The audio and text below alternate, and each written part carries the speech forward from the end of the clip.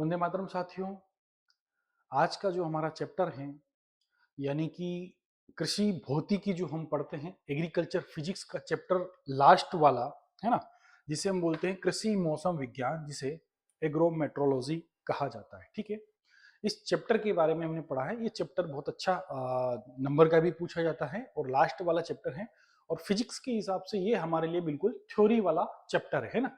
बहुत ज्यादा इसमें आप सोच रहे हैं कि भाई सर ने पिछली बार भी बताया था कि है ना, विद्युत चुंबक, ये बहुत सारी चीजें पढ़ी थी, इसमें बहुत सारी चीजें अपने को नहीं लगती हैं, पर ये हमारे बिल्कुल कृषि से संबंधित ही होता है। ठीक है, तो इसे हम बोलते हैं मौसम विज्ञान। उसी के साथ आप सभी को न्यू ईयर की हैप्पी न्यू ईयर और न्यू ईयर की हार्दिक हार्दिक शुभकामनाएं आप सभी को। आपका नया साल बहुत अच्छा निकले। ठीक है, अच्छी मेहनत के साथ निकले, अच्छे सक्सेस के साथ निकले, है ना, और बहुत कुछ अच्छा काम आप इस न्यू ईयर में करें। तो आइए हम समझते हैं एग्रो यानी कि कृषि मौसम विज्ञान के बारे में। ठीक है, तो यहाँ जो किसान भैया जो बैठे हुए हैं, ये देख रहे हैं आप लोगों को, इनको क्या लग रहा है भैया, किसका इंतजार कर रहे हैं, है ना। तो इसके साथ में आपको लग रहा है कि फसल भी खड़ी हुई है ना। फसल के साथ में जो मिट्टी दिख रही है, मिट्टी में बिल्कुल दरारें पड़ी हुई है। तो दरारें क्या प्रतीत कर रही है कि इन मिट्टी सूख गई है, दरारें हैं, और यहाँ पर अब आवश्यकता है पानी की। किसकी आवश्यकता है भाई? पानी की आवश्यकता है। तो दादा इंद्र राजा से बोल रहे हैं कि दादा अब तो बरस जा, है ना, बरस बरस इंद्र राजा, मोए इंद्र राजा, है ना। तो वो इंद्र राजा की प्रतीक्षा में है। मतलब यहाँ पर मौसम क्या हो चुका है, परिवर्तित हो चुका है, और बारिश समय पर नहीं हो पा रही है। ठीक है, तो इसी मौसम के बारे में जिसका ये इंतजार कर रहे हैं, उसी के बारे में हम लोग को पढ़ना है। ठीक है, तो कृषि में मौसम की क्या भागीदारी होती है, क्योंकि पूरा डिपेंड जो है, भारत का पूरा जो कृषि है वो किस मौसम आधारित ही कृषि है। ठीक है ना, कि मौसम के ऊपर ही डिपेंड करता है, क्योंकि हमारे यहाँ अब इतनी ज्यादा टेक्नोलॉजी नहीं है कि बेमौसम भी हम क्या कर सके, खेती बाड़ी कर सके। बहुत कम, बिल्कुल नॉर्मली जैसे कम से कम मात्रा में इसका उपयोग होता है भारत में।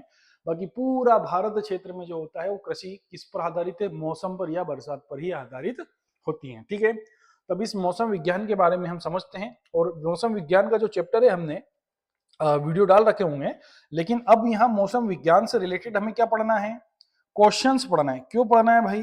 क्योंकि हम पढ़ रहे हैं क्वेश्चन सीरीज, यानी कि आईएमपी बोर्ड की तैयारी के हिसाब से हम आईएमपी बैच पढ़ रहे हैं। तो इस मौसम विज्ञान से हमारे क्या क्या क्वेश्चन बन सकते हैं, उसके बारे में हमको पढ़ना है। तो पहला क्वेश्चन है हमारा, भारत में मानसूनी वर्षा की कोई 5 विशेषता लिखी। जो भी भारत में यानी कि हमारे यहाँ जो वर्षा होती है वो कौन सी वर्षा होती है? मानसून वाली। ठीक है, मानसून वाली बरसात होती है, तो उसकी विशेषताएं हमसे पूछी गई है। तो भारत में वर्षा की प्रमुख विशेषताएं हैं। ठीक है, तो भारत में वर्षा की मात्रा अनिश्चित रहती है, बराबर। क्योंकि जब भारत में वर्षा की जो मात्रा है बिल्कुल अनिश्चित है, कहीं अगर बरसेगी तो बहुत ज्यादा बरस जाएगी, जहां पर क्या हो सकता है भाई, बाढ़ आ सकती है। अभी देखा होगा आप लोगों ने हाल ही में पंजाब में क्या आया था, इतनी ज्यादा बारिश हो गई भाई, नदियों का पानी जो आया तो पूरा पंजाब क्या हो गया भैया, बाढ़ ग्रस्त हो गया। तो और कहीं जगह पानी नहीं गिरा तो वहां बिल्कुल नहीं गिरा। तो ये अनिश्चित है, भारत में बरसात क्या हो गई, अनिश्चित हुए। ठीक है, वर्षा ऋतु में कभी कभी लंबे समय तक पानी नहीं बरसता, ये भी हो गया, जैसे सूखा वाली स्थिति हम बोलते हैं। तो कई बार क्या होता है, पानी बरस गया, किसानों को जो है संकेत देके भाई पानी अच्छा गिर गया है, सब किसान लगे हुए हैं, अपने खेतों की बोनी वगैरह सब कुछ कर दिया है ना। उसके बाद देखता तो बेचारा किसान 15 दिन का गैप, 20 दिन का गैप, 25 दिन का गैप भी बारिश में कभी कभी हो जाता है। तो लंबे समय तक फिर पानी नहीं आता, जिससे कई सारी जो है फसलें वगैरह खराब होने की संभावनाएं रहती है। तो क्या लिखना है, भारत में वर्षा की मात्रा जो क्या है, मात्रा अनिश्चित रहती है। ठीक है, और कभी कभी लंबे समय तक पानी नहीं बरसता है। ठीक है, तो ये हमारी दो विशेषता हो गई, लंबे समय तक पानी नहीं बरसता है। आइए अगली समझते हैं हम, शीतकालीन वर्षा भी अनिश्चित रहती है। अब शीतकालीन यानी कि अभी ठंड का मौसम चल रहा है, हमारी परीक्षाएं होगी, है ना, दिसंबर जनवरी वाला सीजन चल रहा है।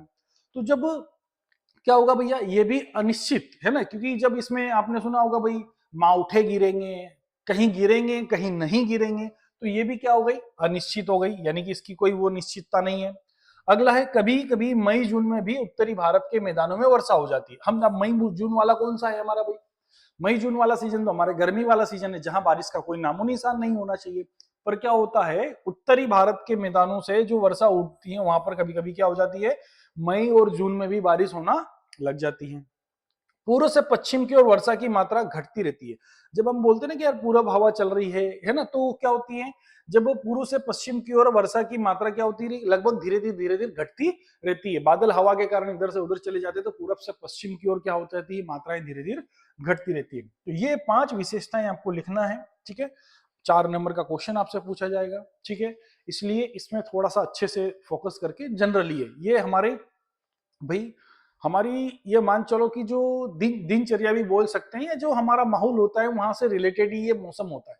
ये सारी चीजें तो हमें पता है ना, कि भाई सारी रबी खरीफ जायद के मौसमों के बारे में, कब वर्षा होती कब होती। अभी जैसे ठंड का मौसम चल रहा है, तो ठंड में शीतकालीन बरसात तो होगी, पर वर्षा के साथ और क्या हो सकता है बताओ जल्दी से।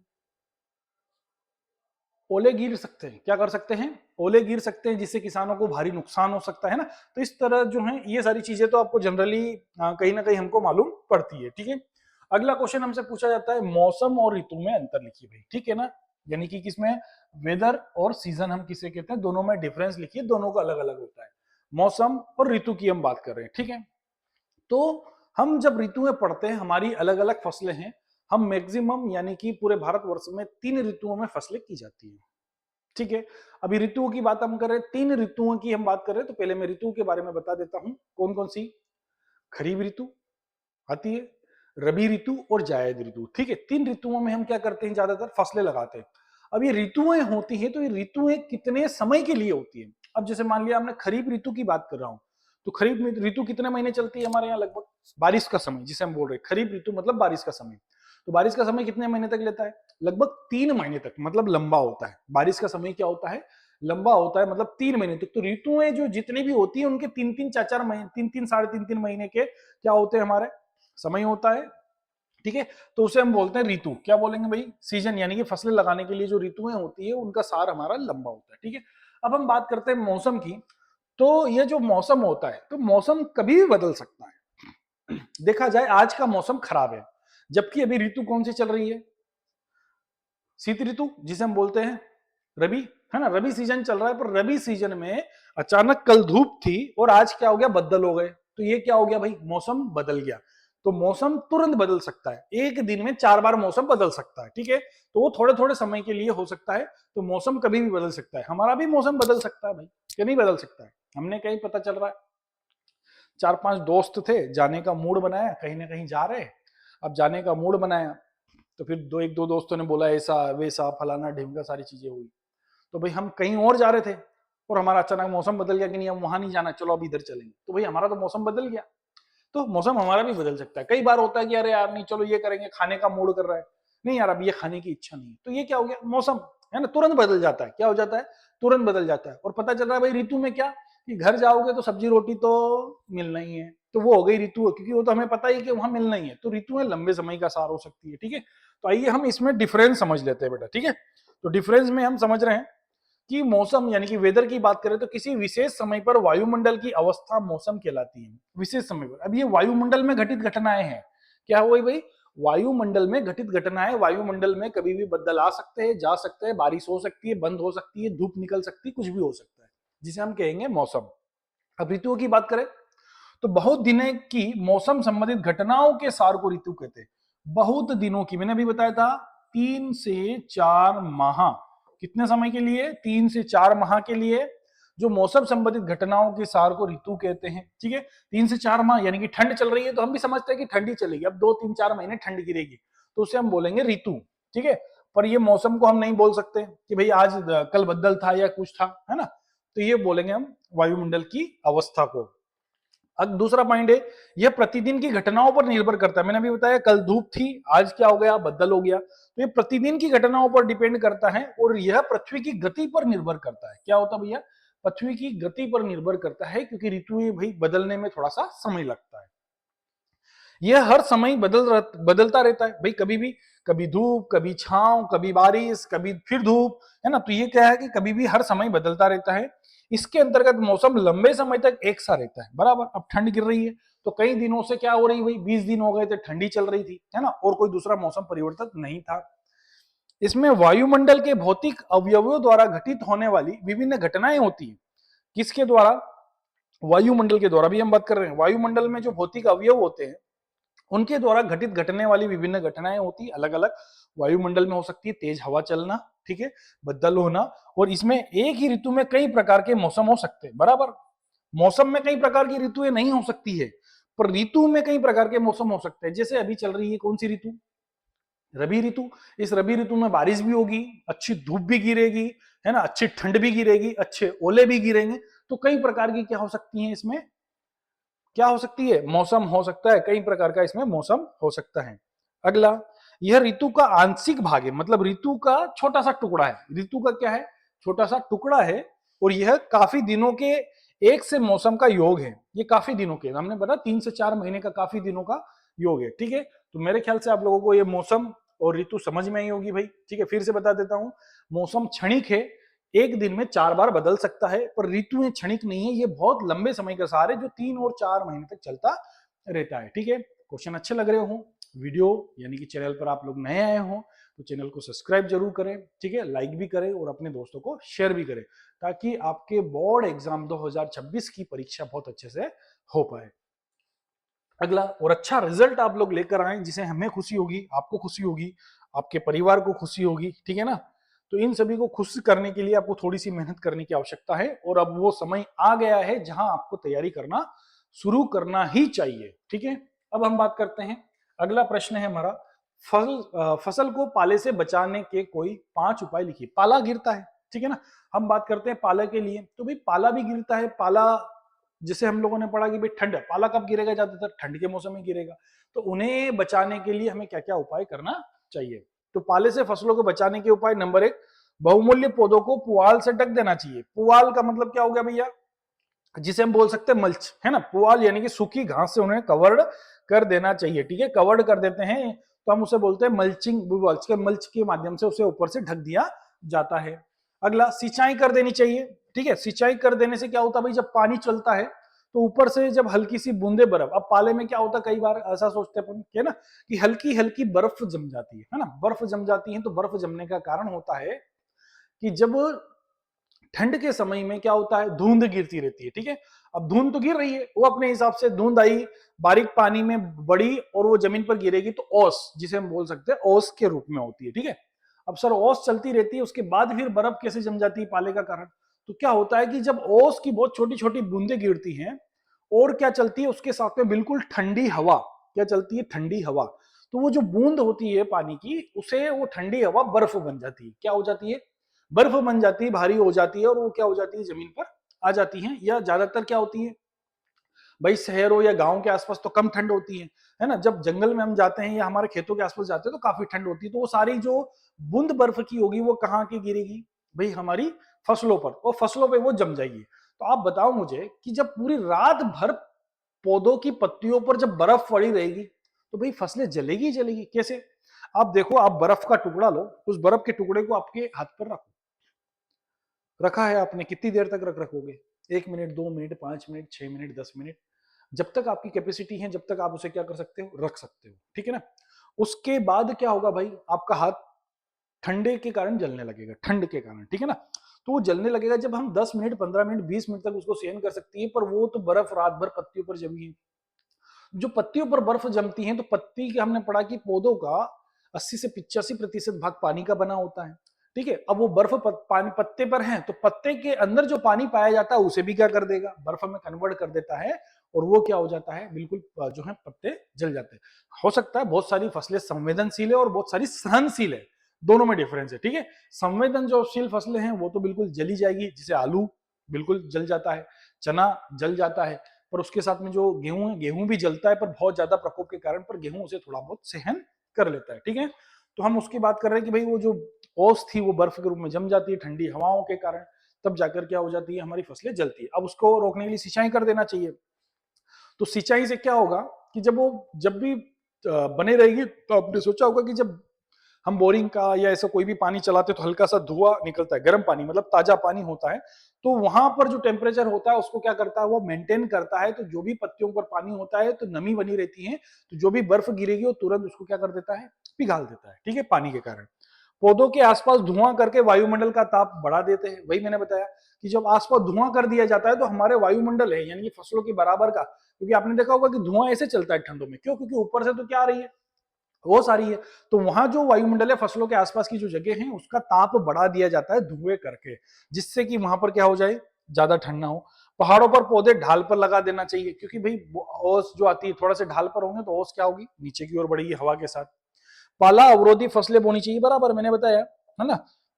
रेसिस्टेंस, अवरोधी का मतलब जो सहन कर सके, ऐसी फसलों, हमें पता है कि भाई हमारे यहाँ जब ठंड गिरेगी तो हमारी फसलें बहुत ज्यादा जल जाएगी, तो इसलिए उसे अवरोधी फसलें या अवरोधी वेराइटियों का आपको उपयोग करना चाहिए। तो इस तरह से हम क्या कर सकते हैं, पाले से फसलों को बचा सकते हैं। ठीक है, अगला क्वेश्चन है हमारा, मौसम और जलवायु में कोई 4 या 5 अंतर लिखिए। ठीक है, अभी हमने पढ़ा था वेदर के बारे में, तो अभी पढ़कर आए थे भाई। अभी वेदर के साथ में हमने पढ़ा था ऋतु के बारे में। किसके बारे में पढ़ा था, ऋतु के बारे में। अब हमें पढ़ना है क्लाइमेट के बारे में, है ना, जलवायु के बारे में, क्योंकि ऋतु और जलवायु हमारी हर जगह की, भारत में हर प्रकार की, हर क्षेत्र की, हर राज्य की जलवायु अलग अलग है। ठीक है ना। मध्य प्रदेश में भी हम बात करेंगे, भाई मध्य प्रदेश में हर प्रकार के, हर क्षेत्र में जलवायु क्या हो सकती है, अलग अलग हो सकती है। ठीक है, तो किसी विशेष समय पर वायुमंडल की अवस्था को मौसम कहते हैं, ये तो हम पढ़कर आया, क्योंकि वायुमंडल की अवस्था है। पर जलवायु किसी स्थान के वायुमंडल में मौसम के दीर्घकालीन परिवर्तन को जलवायु कहते हैं। किसी स्थान की हम बात कर रहे हैं, क्या कर रहे हैं, किसी स्थान की बात कर रहे हैं, क्योंकि अलग अलग क्षेत्रों में बात कर रहे हैं, तो अलग अलग क्षेत्रों में अलग अलग वायुमंडल में अलग अलग क्या हो सकते हैं, मौसम हो सकता है, और मौसम के अनुसार उनकी जलवायु क्या हो सकती है, अलग अलग हो सकती है। भाई मध्य प्रदेश में मालवा की जलवायु अलग है, निमाड़ की जलवायु अलग है, चंबल की जलवायु अलग है, तो मतलब सभी जगह की जलवायु क्या है, अलग अलग है। और उन जलवायु के आधार पर ही हम सभी जगहों की फसलों को भी क्या करते हैं, डिफरेंट यानी कि अलग अलग लगाते हैं। अगला, यह वायुमंडल में दिन प्रतिदिन की घटने वाली घटना है। अब वायुमंडल में रोज बदलाव आता है ना, और यह कई वर्ष की ऋतु संबंधित घटनाओं पर निर्भर करती है। जो क्लाइमेट होता है ये बदलता नहीं है, क्लाइमेट जो हमारे यहाँ का वही है। ठीक है ना, जो क्लाइमेट हमारा रहेगा कि भाई हमें इतनी ठंड गिरना है, इससे ज्यादा गर्मी गिरना है, तो गर्मी कभी कभी थोड़ी बहुत बढ़ती घटती है, पर बहुत ज्यादा बढ़ना और बहुत ज्यादा घटना ऐसा कोई भी हमारी संभावना नहीं है। हम बात कर रहे हैं कि हमारे यहाँ का क्लाइमेट क्या है, ऋतुओं के आधार पर है, कम ज्यादा, है ना, नॉर्मल टेम्परेचर है। पर जब हम यही बात हिमाचल प्रदेश की करेंगे, कश्मीर की करेंगे, तो भाई वहां पर तो बर्फबारी होती है, तो वहां तो माइनस में टेम्परेचर चले जाता है, तो वहां का वायुमंडल अलग है और यहाँ का वायुमंडल अलग है। ठीक है, तो ये नहीं बदलेगा। ठीक है, जहां जैसा है वहीं चल रहा है। ये अल्पकालीन होता है, बराबर, और ये क्या होता है, दीर्घकालीन होता है। ठीक है, इसके अध्ययन को मौसम विज्ञान कहते हैं और इसके अध्ययन के जलवायु विज्ञान कहते हैं। ठीक है, क्लाइमेटोलॉजी कहा जाता है और इसे मेट्रोलॉजी कहा जाता है। कृषि संबंधित कार्य प्रतिदिन मौसम पर निर्भर करते हैं। मौसम कैसा बना रहेगा उसके आधार पर हम, और जलवायु के आधार पर फसलें चुनी जाती है। मैंने बताया था अभी कि जहां पर जैसी जलवायु होगी वैसी फसलें को चुना जाता है। जैसे अधिक वर्षा वाले क्षेत्रों में धान, कम वर्षा वाले क्षेत्रों में बाजरा लगाया जाता है, बराबर। हमें पता है कि भाई यहाँ पर, यहाँ की जलवायु बहुत ज्यादा पानी गिरेगा, ये बहुत कम गिरेगा, तो हम उसी प्रकार का फसल का चयन करते हैं। और यहाँ पर कृषि संबंधित कार्य की डिपेंड करता है ना, मौसम पर। क्या आज मौसम खराब हो रहा है तो हमें बोना चाहिए या नहीं बुआई करना चाहिए खेतों की। ठीक है ना, हमें फसलें काटना चाहिए नहीं काटना चाहिए, वो किस पर डिपेंड करता है, मौसम पर डिपेंड करता है। ठीक है, तो ये हो गई मौसम संबंधित घटनाएं। अच्छे से पढ़ना है, अच्छे से याद करना है। अगला क्वेश्चन है हमारा, मौसम पूर्वानुमान से आप क्या समझते हैं। मौसम पूर्वानुमान के 3 प्रमुख महत्व लिखिए। पूर्वानुमान, पहले से ही पता लगा लेना। ठीक है, तो पहले से पता लगा लेने का मतलब क्या होता है भाई, कि हमारा मौसम अगर गड़बड़ होने वाला है तो हम बहुत सारी चीजों में क्या कर सकते हैं, बदलाव कर सकते हैं या सावधानियां बरत सकते हैं। ठीक है, तो मौसम पूर्वानुमान किसे कहते हैं, ठीक है, हमें आंसर लिखना है। तो आने वाले समय के मौसम का वर्तमान समय में अनुमान लगाना, कि भाई 4 दिन बाद, 15 दिन बाद हमारे यहाँ का मौसम कैसे रहने वाला है ना, उसकी जानकारी हमको पहले से ही करना है। क्योंकि फसल बुआई, कटाई, दवाई छिटाई, मतलब बहुत सारे कार्यों में परिवर्तन कर सकते हैं। फसल कट गई, हार्वेस्ट हो गई, तो उसे बचाने के लिए भी हमें पूर्वानुमान लगाना पड़ता है। ठीक है, तो पहले से ही मौसम का पता लगाना पूर्वानुमान कहलाता है। कई प्रकार के विनाशकारी तूफानों या वायुमंडलीय विपक्षों से, जैसे हरिकेन आता है भाई, अलग प्रकार के वायुमंडल में कई प्रकार के क्या हो सकते हैं, है ना, तूफान आते हैं, जिसे हम हरिकेन, ओलावृष्टि, अभी मैंने बताया था कि भाई जब शीतकालीन बारिश होगी तो बारिश में क्या होती है, ओलावृष्टि भी होती है, तो उसका भी पता हमें लगाना पड़ता है। तूफान, टार्नेडो आदि की सूचना पहले से दी जाती है। हम पढ़ते हैं ना कि भाई उस तूफान उठने वाला है, समुद्री तूफान आने वाला है, तो इनका पता लगाने से हम पहले से क्या हो जाते हैं, संभल जाते हैं। तो हम उसे बोलते हैं मौसम पूर्वानुमान, जिसका फायदा किसानों को बहुत ज्यादा होता है ताकि वो पहले से सचेत हो जाता है। ठीक है, तो हम इसे बोलते हैं मौसम पूर्वानुमान। अब इस मौसम पूर्वानुमान का महत्व क्या क्या है? तो अत्यधिक वर्षा, सूखा, पाला, कोहरा, प्रचंड झंझावात तथा विभिन्न प्रकार के तूफानों से पूर्वानुमान से कृषि उत्पादन को होने वाली हानि से बचाया जा सकता है। मैंने बताया कि जब पहले से हमें पता चल जाएगा तो हम बहुत सारी हानियों से फसलों को बचा सकते हैं, यानी किसान सचेत हो जाता है। दूसरा, मौसम पूर्वानुमान से व्यवसायिक क्षेत्रों में भी लाभ होता है। ठीक है, व्यवसायिक क्षेत्रों में खुले में किसी का माल पड़ा हुआ है, कुछ सामान पड़े हुए हैं, तो वो सब चीज क्या हो जाती है, वो भी सचेत हो जाते हैं, अपने सामान माल को व्यवस्थित कर लेते हैं। अगला, मौसम पूर्वानुमान से प्राकृतिक आपदाओं के कारण होने वाली जान माल की हानि, जैसे बताया कि हमें पता है कि भाई जान माल की हानि से क्या हो सकता है, बचा जा सकता है, तो भाई उसका पूर्वानुमान लगाता है तो जान और माल दोनों की हानि से क्या हो सकता है, बचा सकता है, क्योंकि हम पहले से जब किसी चीज का पता होगा तो हम बहुत पहले से क्या हो जाएंगे, सचेत हो जाएंगे। ठीक है, थोड़ा सा उस चीज को समझने लगेंगे। तो ये हुए हमारे मौसम पूर्वानुमान के महत्व। ठीक है, तो इसी प्रकार के ये जो इंपॉर्टेंट क्वेश्चन आप लोगों के दिए हैं, बहुत अच्छे से आपको पढ़ना है। ठीक है, आज के लिए थैंक यू वेरी मच। ठीक है, चैनल को सब्सक्राइब जरूर करें, लाइक भी करें, अपने दोस्तों को शेयर करें, और बोर्ड में अच्छा रिजल्ट बनाने के लिए कंटिन्यू वीडियो को देखते रहे ताकि आपकी तैयारी बहुत अच्छी हो। वंदे मातरम, मिलते हैं